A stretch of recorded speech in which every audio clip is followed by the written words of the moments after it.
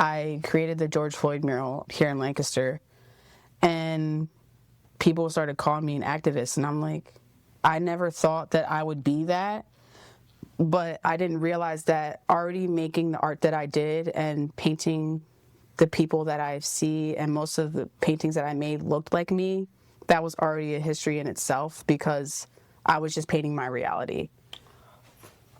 So even now that I'm giving it a name, it adds more pressure, but knowing that I'd done that all along without ever having a name to it, it's easier than the pressure that you feel.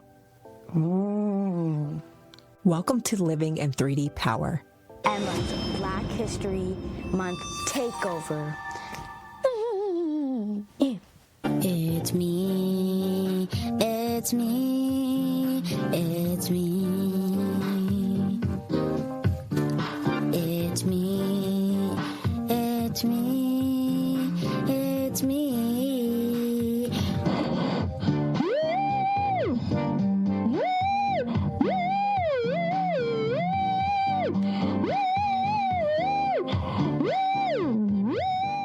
Okay. I'm scared. Why? I don't know. You do this all the time. Yeah, don't be scared. I'm not scared. You making me nervous.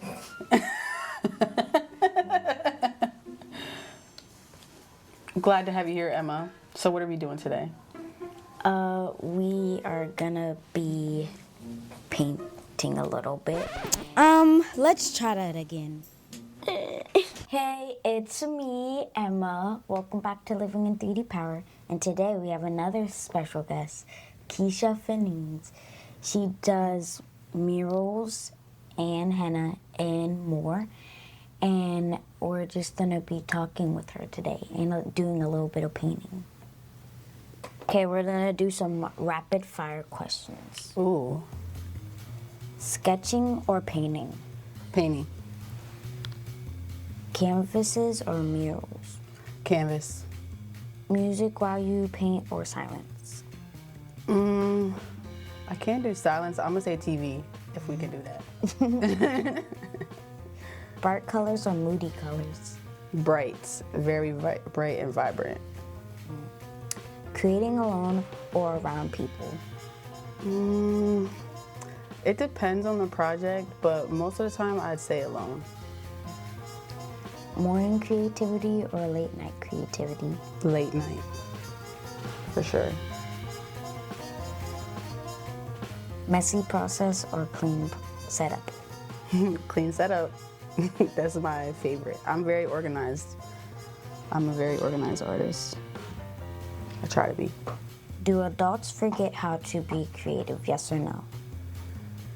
I think yes. Most of them do. Does art help people feel free, yes or no? Yes. Okay. Second section. What is your favorite part about making shirts, cups, and more? So the favorite part about having different kinds of merch was when I first started selling products and paintings and things like that. But I was doing events and I realized not everybody can afford like an expensive painting. So I wanted to have price points for everybody so that somebody could have some kind of art, whether it's a pin, a sticker, a hat, a shirt. I wanted somebody to be able to walk away with something that I made. So that was the main reason why I started doing so many different things. I remember that you can like, Emma's good for a but you can also be like, oh. Alright, shut up, go ahead. You're listening. I think that's why she does it. Yes. Yes, because Sometimes I don't have like the right words to say, so I just say. We're artists, you know. We have very, very little words sometimes, especially when I'm painting. I don't really talk too much when I'm painting, which is why I like painting alone most of the time. I listen to music while I paint. What is your favorite part about painting murals? My favorite part is this part right here, actually painting. The thing that I do not like that most people don't see is everything else leading up to this point, like having meetings and talking with clients and trying to solidify designs. I think that's the hardest part and most taxing part for me as an artist. But I love painting because that's what I'm good at. That's why they hired me, is because I can paint. So it's always my favorite part is when I get to do this.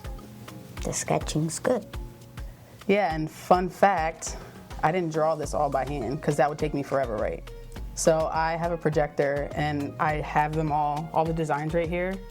So I can plug this iPad into my projector and blow it up. So then I can just trace the outline of the shadows and the lines before I paint. Oh. Yeah. So you thought I drew all this? Yes. You just asked me if I like drawing or painting in the rapid fire, and I said painting. So I'm skipping all the drawing if I can. Yeah, but that's a fun tool that some people might call cheating, but I think it's working smarter, not harder. Period. Because you paint murals, I was just wondering how you feel about having your artwork displayed across the city. It's still very a surreal experience for me because I think we oftentimes, like as artists, get forced onto the next thing and don't really get to sit in what we've created. So it's a nice reminder to see my work when I'm driving by or people recognize it and say, oh, you're the artist that painted that mural or something like that. So it's definitely fills my inner child and makes me realize that I'm actually living my dream, whether I feel like it or not, because I'm so stressed a lot of the times. Stressed? Yeah, it's stressful, Emma. Being an artist, it's not always just painting.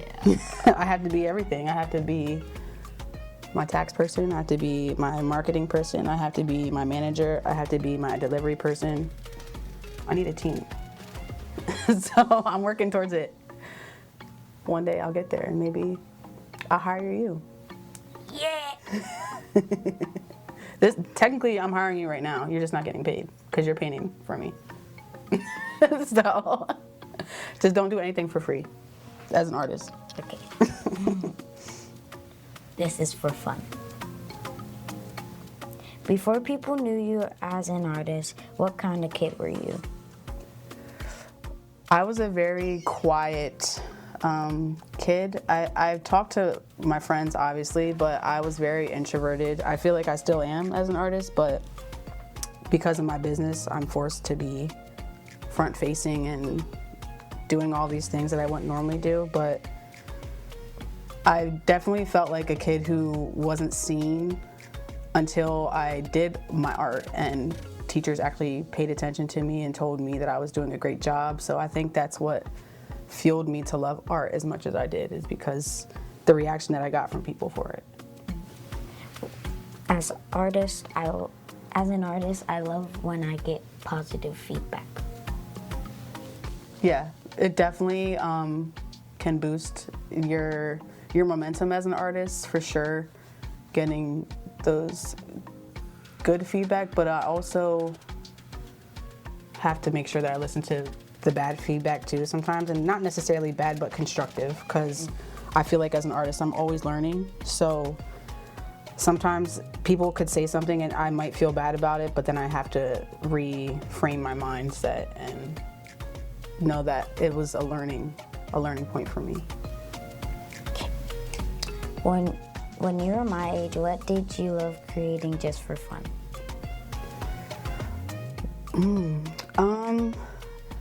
I actually didn't paint too much when I was at home as a kid.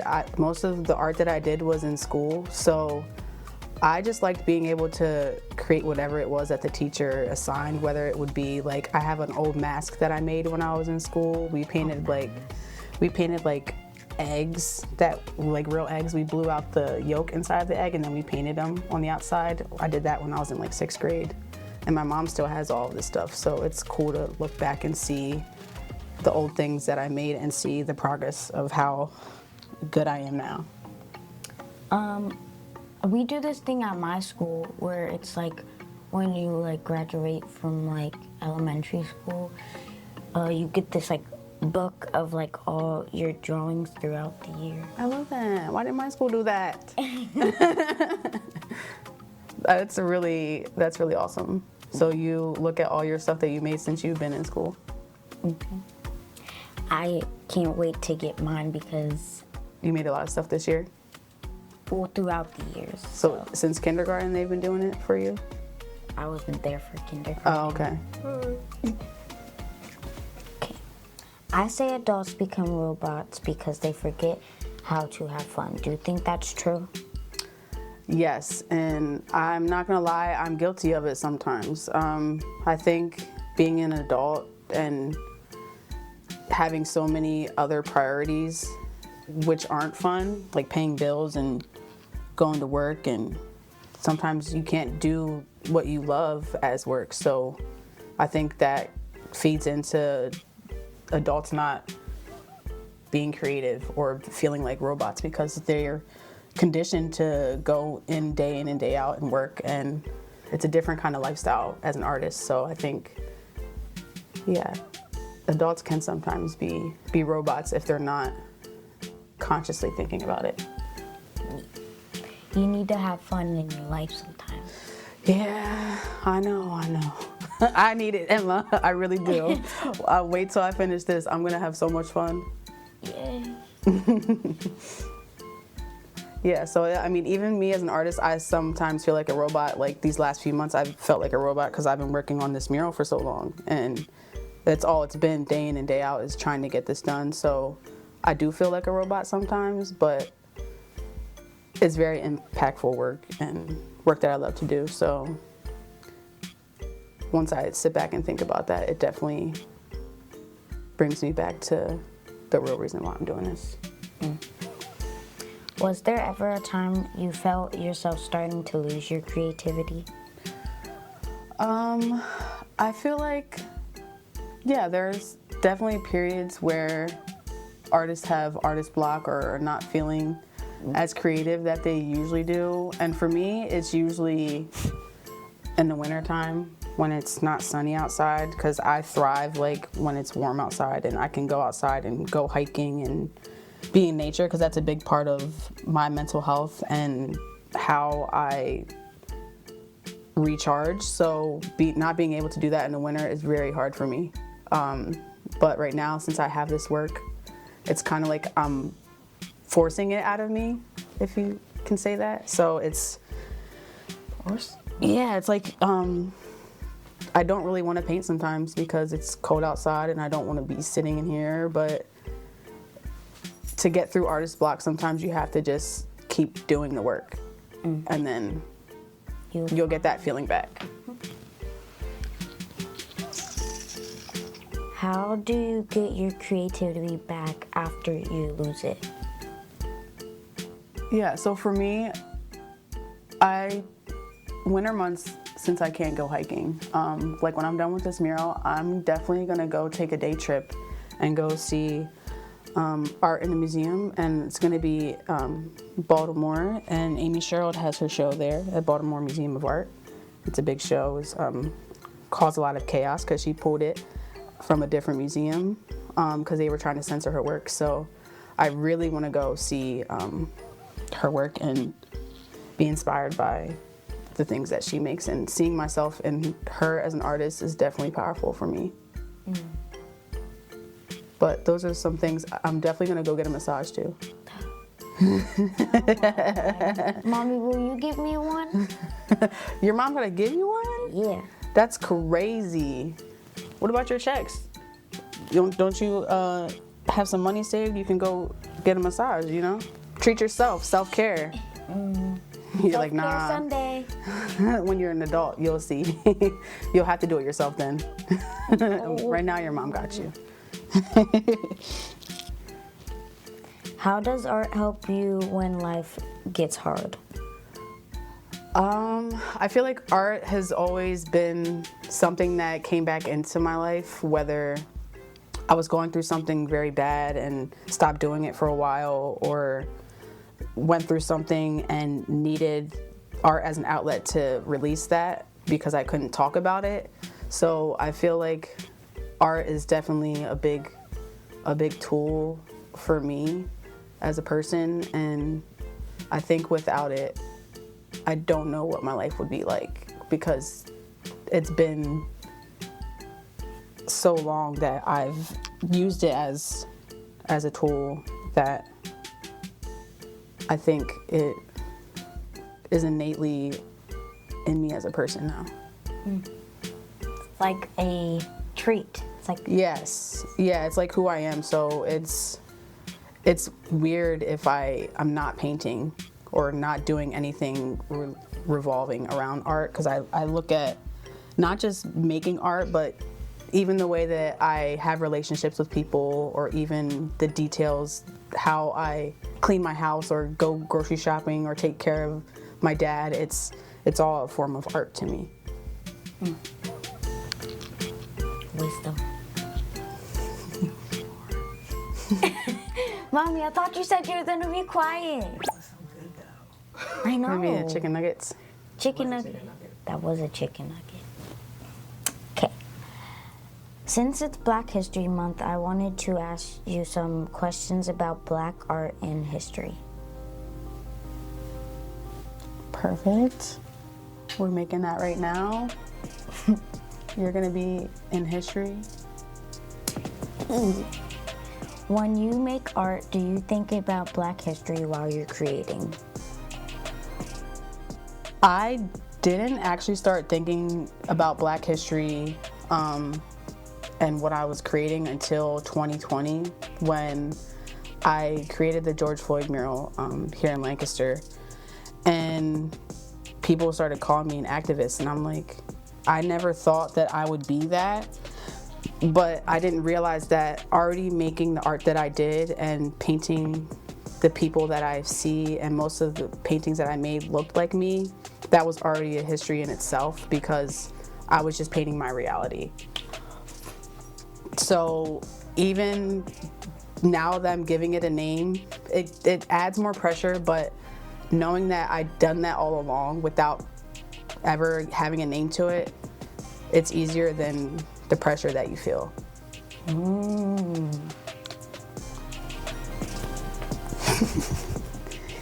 That was good. How do you learn about Black history? From books, school, people, or your own life? So for me, I learned about some Black history in school, but not as much as I learned as an adult. They didn't even announce it at my school. Wow, really? Yes. I'm so sorry, Emma. I'm very sorry. That makes me really sad. That makes me really, really sad. But yeah, I mean, in my school growing up when I was younger, I mean, I feel like I've learned about certain people, but not the whole truths, you know what I mean? So being an adult and doing this work, I think what I take in, even on social media, who I follow, I learned so many things just on my own, and having to do the research. Like, even doing this project, I learned so much about history that I didn't learn in school. And I even asked my teachers, and they're like, well, we have a curriculum, we can't teach certain things. And I'm just like, it's kind of really not good when you think about it, but the fact that you're learning this all at your age, you're going to be so far ahead than what we were as children. So I think that's powerful in itself. Yeah. So talking about Black history, the mural that we're making, who you're helping me paint right now, is going to be in the Thaddeus Stevens and Lydia Hamilton Smith Center for Democracy here in Lancaster, opening in May. And Thaddeus Stevens, he was an abolitionist, and he helped Black people move forward. And Lydia Hamilton Smith was not only his housekeeper, but caretaker, businesswoman, partner in crime, if you will. But she was there with him throughout fighting all the injustices that are still relevant today. So that's why this mural is very big and will be very relevant, because a lot of these things are repeating in history right now. So being able to create this work and know the power that it will have for forever, because this was going to be in the museum forever. It's never going to come down. So knowing that I am making something that will impact thousands of people for years to come, it's very, very powerful, I think, in a way that I don't see yet, and that I don't really realize until people are telling me. And because when I'm doing this work, all I'm thinking about is meeting my deadlines, you know what I mean? So I don't really get to revel in the importance of my work until I take a step back and I'm already finished with it. That was good. I'm gonna interject, Emma, because when you said that, Keisha, I felt that in my body, like the importance of it, the gravity of it. Yeah. You get to sit back, and my prayer is that when you can sit in it and really see the impact, like generationally and forever. The forever got me. Yeah, Right? it gives me chills. It gives me chills saying it, because I didn't feel that this whole time when I'm making it, because I'm stressed, like doing everyday life, taking care of things outside of my business. It's a lot of work, and I feel like the gravity isn't seen until even sometimes after maybe a year. But I think this is something different, and it's something way bigger than what I've ever done. So it's gonna be monumental. Monumental. I like that word. Did you learn much about Black artists in school when you were growing up?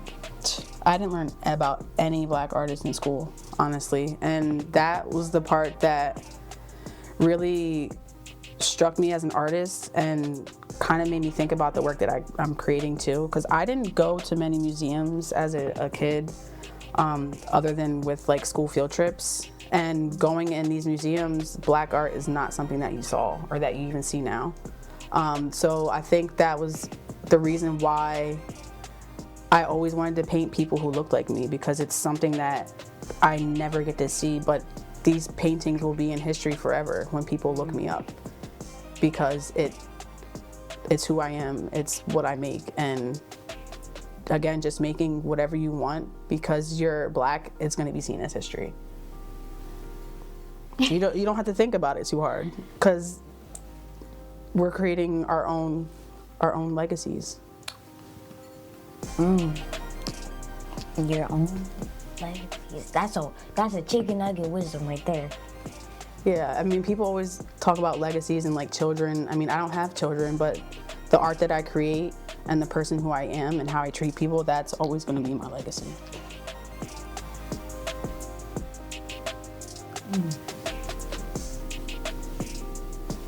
Okay. Who and what inspires you when you're creating? I think it depends on what I'm creating, where I can pull it inspiration from. But I would say lately, like for this mural, I would say a lot of it is like my ancestors, my community, the people around me.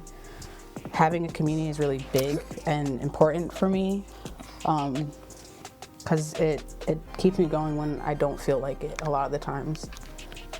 Because artists, a lot of the times we're in rooms by ourselves just painting for years and hours on time, and we feel forgotten. But having the community or having people behind you definitely makes a big difference. Yeah. Here goes Mama again, because it makes me think. Because it makes me think of people behind you. So I think about your most recent award. Yeah. Like, what did that feel like to you? Because you're saying, like, when you said that, I feel like mostly alone, and I feel like I'm off by myself. But to have the community celebrate you in that way, did that shift something in you, or just confirm something in you? I think a little bit of both. Because I think as an adult, I'm still working through a lot with my mental health and learning as an adult and unlearning a lot of things. But realizing that I am seen and people do see me, even when I don't feel like it, is very affirming and definitely what I need a lot of the times being an artist, because I am alone so much. But it's definitely feeling that inner child that I felt so invisible when I was a kid, and it's really weird to me now that everybody sees me and everybody knows who I am. So it's definitely feeding my inner child and feeling that little girl who didn't feel seen at all. And I feel like that's everything behind the work that I do, is just making her happy, that little girl, and I'm safer now. I can do whatever I want since I'm an adult, so I can control it. Over here as a school psychologist, I'm like, ooh, you're holding my heart. Yes, I saw you. You're like, No, but that's beautiful, and it so much of what she's saying, Yes. some of the things that what B was saying last week and Prolific was saying, so I'm like, that is so powerful that you are so connected in that way, and that there's the thread, and I was hoping that these through lines would come up for Emma, and they are just naturally, organically. It's just beautiful. And I just want to pause, Emma, and make sure you need to ask if you're moving on something else, because I'm like, she'll be impulsive. Like, this is. No, I told her she could do those. She didn't think of another color. Tell her to sit that down. she said. And these need a couple layers, so once these dry, you'll have to go back over them. No, I told her she could do those. I said you can do those or those. Do you feel like your art is saying something even without words? I think for sure, because a lot of the times I don't have the words and all I have is my art. So being able to put my feelings in my art, which I couldn't always do, I think learning about mental health and learning about myself as an adult definitely helped me learn how to make that translate over into my work. And it happens naturally now because it's what I live every day. So it's definitely become easier. What do you hope kids like me learn about Black history from art? That anything is possible, and that you can see yourselves no matter what you're doing, no matter what job, no matter who you are, what friends you have, that you're important and your life matters. And there's people who came before you that are doing things that will help you be able to live in that comfortably and easier than what we have. That was good. I need this hype man all the time.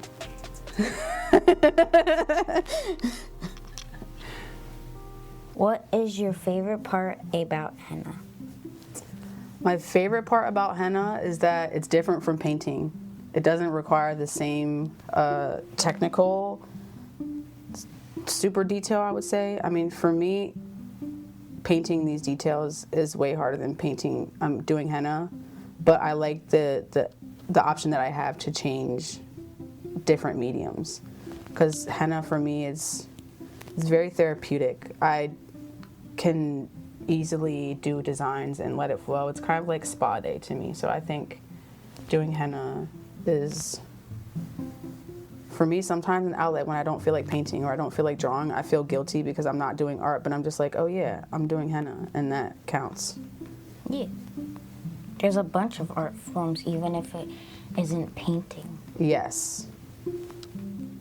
And when you did my henna, it was like therapeutic too. I was Just like, watching, right? yes, it was satisfying. Yes. And when it peeled off. It's very, very satisfying. But I think me being an artist and drawing helped me do henna as well. And I was just looking at a memory the other day, and I've been doing it for 10 years now, which is insane, because I feel like I just started yesterday. Oh my. 10 years. I know, and that's almost your whole life. Yeah, so I started henna 10 years ago. But it wasn't always a part of my business. I was practicing on myself and my nieces and people around me before I wanted to make it an extra part of my business. How do you want people to feel when they look at it? At my henna, I love the fact that henna can make women feel beautiful, whether it's a religious way or just for beautification. I mean, it's dated all the way back to ancient Egypt, so our people have been using it for centuries, which I didn't know when I first started, so learning the history of henna is really beautiful as well. And the fact that I like being able to change the designs every time is also one of my favorite parts about henna. You have some on your hand right now. Yeah, I did this one a few days ago. Flowers. Because I had an event last week. I always try to put it on my hand too before I have events because it's free promotion, you know. Mm-hmm. Does it feel different because it's on someone's body? It's a different form of art, but I like that it's art that people can take with them and experience rather than like a painting hanging on the wall. Because the fact that it's not permanent is, I think it teaches me mostly to not hold on to everything so much as I do. Because like with my paintings, I'll keep these things for a year because I don't want nobody to have them. They're like my babies. So doing henna is teaching me letting go a lot of the time because it's art that people take with them that I can never see besides a picture. So if I don't have a picture and I did a really good one, I get sad. What happens when artists don't compete with each other and work together? When we don't compete and work together, I think that just makes us more strong as people, as a whole. I see it a lot being an artist here in Lancaster. There's definitely that kind of push and pull or people trying to compete with each other, but everybody's art is different and the audience can be anybody. So I think there's room for all of us to be successful, no matter what kind of art you make, because not everybody likes the same thing. What you like might be different from what somebody else likes. So I think working together and sharing knowledge and that we can as artists is definitely going to make us powerful against the people who we are trying to get ahead of. So we can't get ahead of each other if we're already competing in it. We can't get ahead of everybody if we're already fighting the people who understand us the most. So I think it's definitely takes time for people to realize that and for some artists to realize that, because some artists are more successful than the others. So I think that might make people feel a certain way. Yeah. Like if they're around like a better artist, they have to do better with their work or like change their art. Yeah, but I also think it's a mindset too, because some artists might take that as intimidation, but I look at artists who are better than me all the time and I observe what they're doing and try to put that into the work that I do or into the practice that I do, because I'm always learning as a self-taught artist. I didn't go to school for this, so I have to get my education from all different kinds of places and ideas and all sorts of other things. So there's many times that I didn't know things and I had to look up on YouTube or Google something or look on someone's Instagram and see how they painted a hair, because I don't know how to paint certain things. Like a lot of this mural, I didn't paint any of these things before. I'm just guessing and hoping it turns out right. But you didn't know that. So yeah, I think there's definitely a balance.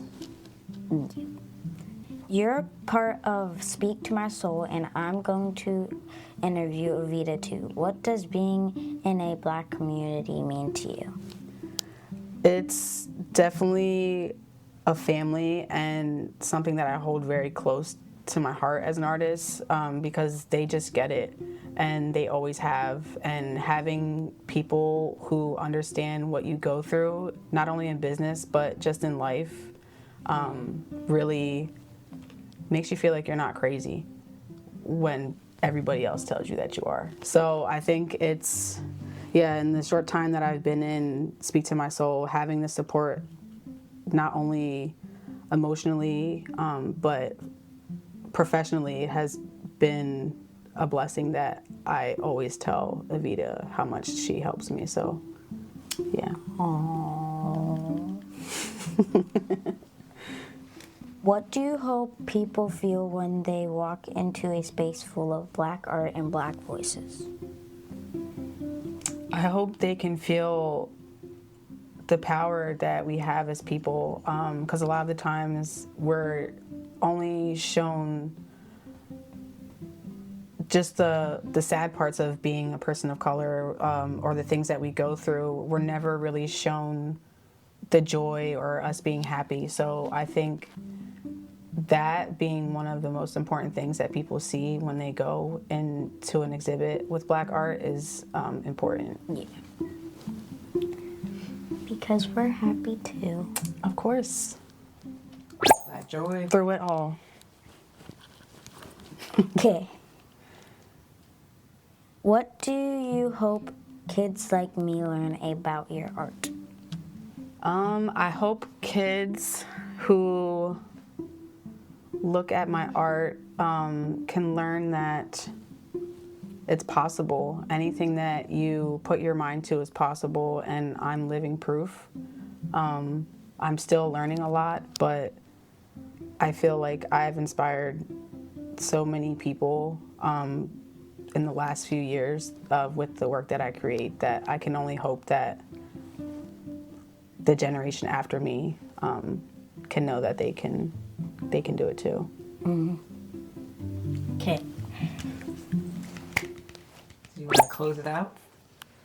With the chicken nugget wisdom? Whatever you feel, what feels right. Okay. I hope you liked this interview, and you should check out her art in Lancaster. Yay! Hey, it's me, Emma. You may be wondering why we were in a different setup, because we were in Keisha Finnie's home. And there was a cat in the background. She was so cute. But let's get to the point. I have some notes like we did for our other interview. So let's get into it. My first bullet point is just painting my reality. I think that's good because you just that's how you get inspo and stuff. And that's really good to use your inspo through your surroundings and stuff, because I like drawing trees and stuff sometimes, and I think that's a good one. My second one, working smarter, not harder. So she was talking about how she didn't actually trace that, and I think that just applies for life and whatever you do, because you gotta think smarter, not work harder, because you don't always have to do your best. You just have to be smart and do your best, even if you don't get it right. My third one, doing regular stuff in a form of art. So she was talking about how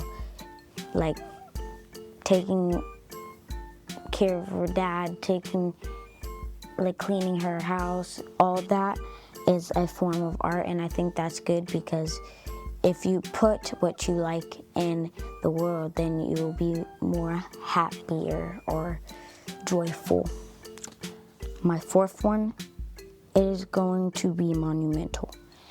I think that's good, and I also like saying the word monumental, because it's important to be monumental, even if 1,000 and million one people don't know you. You can only have a small amount, and that's okay. And my fifth one, it is who I am, it's what I make. I think that's a good one, because it's just wisdom drop.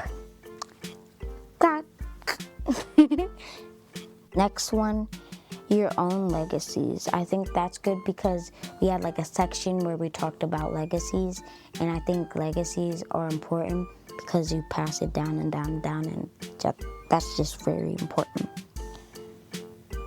you are important and life matters. She said that, and I think that's good because you are important.